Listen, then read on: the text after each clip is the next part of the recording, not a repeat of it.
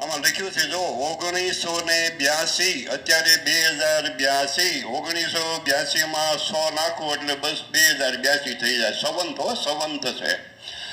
હવે આમાં કેટલા શતાબ્દી મહોત્સવની અંદર કેટલો બધો આપણા ભાગ્ય છે.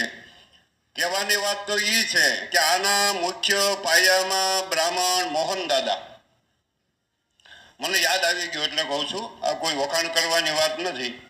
પછી 100 વર્ષ પૂર્ણ થતા એને યાદ કરવામાં આપણો એક સાધુ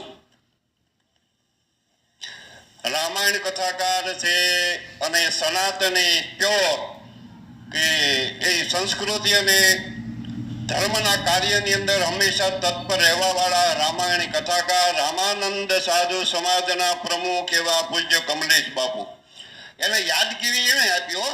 પહેલા બ્રાહ્મણ આ નિર્માણ કર્યો, પછી 100 વર્ષ પછી જો યાદ આવ્યું હોય તો કમલેશ બાપુ આ બધો ઉત્સવ એને યાદ આવ્યું એટલે આપણે આ ઉત્સવની અંદર આપણે જોડાણા છે. એટલે કહેવાનું તાત્પર્ય શું છે, રાજગાદી નો કરે ને એ વ્યાસગાદી કરે. પાયાના પથ્થર રૂપે મોહન દાદા પછી એને યાદ મને એક દિવસ બાપુ મળ્યા, એને તો 3-4 મહિના થઈ ગયા. પછી એ કાર્યક્રમ બંધ રહ્યો.